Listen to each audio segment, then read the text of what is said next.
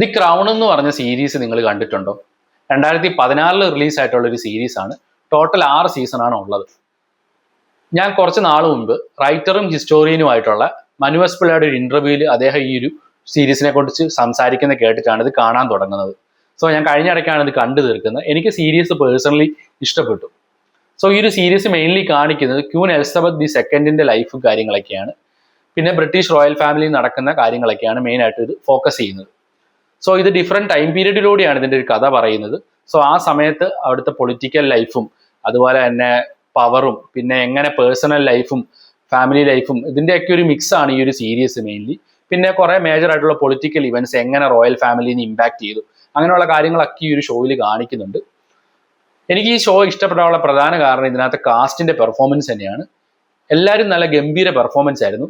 ഇതിൻ്റെ ഒരു പ്രത്യേകത എന്ന് വെച്ചാൽ ഓരോ 2 സീസൺ കഴിയും തോറും ഇതിലെ കാസ്റ്റ് മാറിക്കൊണ്ടിരിക്കും ഈ ടൈം പീരീഡ് മാറുന്നതനുസരിച്ച്. സോ വരുന്ന എല്ലാ ആക്ടേഴ്സും നല്ല പെർഫോമൻസ് ആയിരുന്നു. പിന്നെ ഇതിന്റെ ഒരു പ്രൊഡക്ഷൻ ക്വാളിറ്റി, ഇത്തരത്തിലൊരു സീരീസ് എടുക്കുമ്പോൾ അതിന്റെ പ്രൊഡക്ഷൻ ക്വാളിറ്റിയെ കുറിച്ച് നമ്മൾ പ്രത്യേകിച്ച് പറയേണ്ട കാര്യമില്ല. എല്ലാം ടോപ്പ് നോച്ച് ആയിരിക്കും എന്ന് ഉറപ്പാണ്. സോ എന്താണോ ആ സീരീസ് ഡിമാൻഡ് ചെയ്യുന്നത് അതിന് മേളിൽ നിൽക്കുന്ന രീതിയിലുള്ള ഒരു പ്രൊഡക്ഷൻ ക്വാളിറ്റിയാണ് ഈ ഒരു സീരീസിനുള്ളത്. ഇതിന്റെ ലൊക്കേഷൻസ് ഒക്കെ കാണും. റിയൽ ലൊക്കേഷനിൽ പോയി ഷൂട്ട് ചെയ്തതാണോ അതോ സെറ്റ് ആണോ എന്നും അതോ സ്റ്റുഡിയോയിൽ ഷൂട്ട് ചെയ്താണോ എന്നൊന്നും അറിയത്തില്ല. പക്ഷെ ടോപ്പ് നോച്ച് പ്രൊഡക്ഷൻ ക്വാളിറ്റിയാണ്.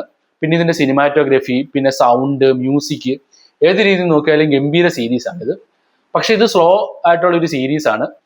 ഫാസ്റ്റ് ബേസ്ഡ് കണ്ടന്റ് ഒക്കെ കാണുന്ന ആളുകൾക്ക് ഇത് കണ്ടു കഴിഞ്ഞാൽ ബോറടിക്കും. സോ അത്തരത്തിലുള്ള ആൾക്കാർക്ക് ഞാനിത് റെക്കമെൻഡ് ചെയ്യത്തില്ല. പിന്നെ എനിക്ക് പേഴ്സണലി ഇതിന്റെ ആദ്യത്തെ കുറച്ച് സീസണുകളാണ് ഇഷ്ടപ്പെട്ടത്, എസ്പെഷ്യലി ഫസ്റ്റ് സീസൺ. പിന്നെ ഓരോ സീസൺ കഴിഞ്ഞ് വരുമ്പോഴും ചെറിയൊരു ഡൗൺഫോൾ എനിക്ക് പേഴ്സണലി ഇതിന് തോന്നി. ഇതിൽ കുറച്ച് അവസാനത്തെ സീസണോടൊക്കെ എത്തിക്കഴിയുമ്പോൾ വളരെ സ്ലോ ആകുന്ന ഒരു ഫീൽ എനിക്ക് തോന്നി. അത് മാത്രമേ ഉള്ളൂ. അത് മാറ്റി നിർത്തി കഴിഞ്ഞാൽ ഗംഭീര എക്സ്പീരിയൻസ് ആണ് ഇത് കാണുന്നത്.